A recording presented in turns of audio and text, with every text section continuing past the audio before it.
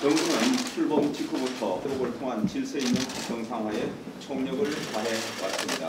지금부터 제2차 부동산 관계장관회의를 시작하겠습니다.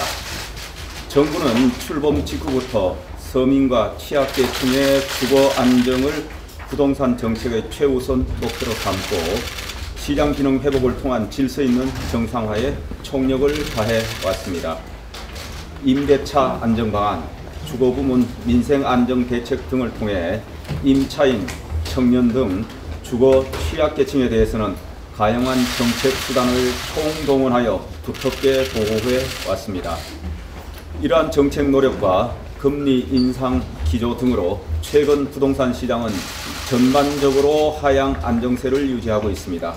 매매의 경우 전국 주요 지역이 연초 이후 보합, 하락세를 유지하는 가운데 강남 4구, 1기 신도시 등 개발 기대감이 있는 일부 지역도 6월 이후 안정세를 찾아가는 모습입니다. 임대차의 경우 8월부터 계약 갱신 요구권 사용 계약이 순차 만료됨에 따라 단기 불안 우려가 일부 있었으나 상생 임대인 제도 개선, 임대 매물 공급 확대 등 정책 효과 등에 힘입어 안정 기조를 이어가고 있습니다. 이러한 흐름을 반영하여 주요 전문가, 연구기관들도 하반기 부동산 시장의 약보합세를 전망하고 있는 만큼 정부는 변화된 시장 환경을 감안하여 안정세가 확고한 지역에 대한 규제지역 추가 해제 등을 포함한 부동산 정상화 과제를 보다 속도감 있게 추진해 나갈 예정입니다. 부동산 시장은 전반적으로 안정을 되찾고 있으나 양질의 주거 환경을 요구하는 국민들의 목소리는 여전히 높습니다. 과도한 규제로 도심 등 선호 입지 주택 재고가 부족한 가운데 복잡한 절차로 주택 공급 기간도 장기화되고 있으며 기존 신도시 등은 교통 등 부족한 인프라로 거주에 어려움을 겪고 있습니다. 또한 그간 누적된 집값 급등으로 청년층의 내집 마련 기회는 축소되고 있고 층간소음 등 주거 품질 문제도 장기간 해결되지 못하고 있습니다. 이에 정부는 그간의 주택 공급 방식을 전면 재검토하고 주택 정책 패러다임을 과감히 전환하고자 합니다. 공급자 위주의 단순 물량 확보 중심에서 수요자 위주의 양질의 거주 환경 제공에 정책의 초점을 맞추고 민생, 주거 안정 및 서민 중산층 삶의 질 개선까지를 목표로 하는 포괄적 주거 공간 혁신을 추진하고자 합니다.